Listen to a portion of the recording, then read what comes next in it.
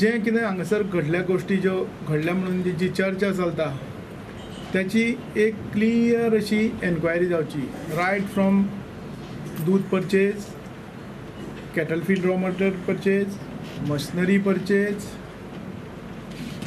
आणि कितके कोटींचो अफरातफर जाल्या ही खरेंच चवकशी जावपाक जाय, पूण ही एका निपक्ष अशा माध्यमांतल्यान जावपाक जाय.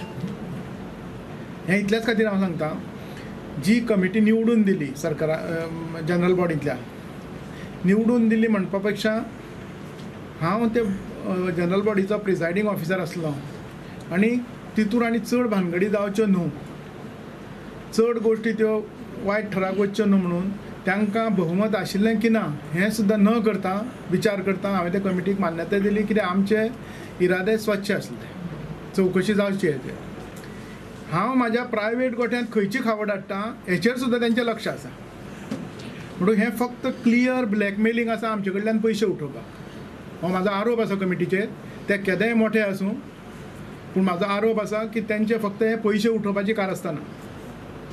ह्या कारस्थानाक आमी बळी पडचे ना. म्हाजें आव्हान आसा सरकाराक, त्यांनी हांगासर पोलिसांचीच एन्क्वायरी अपॉयंट करची.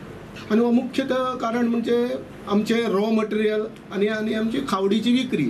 रॉ मटेरियल जर आमी 20 रुपयांक घेतले, आमची खावड विकप जाताले 16 रुपया.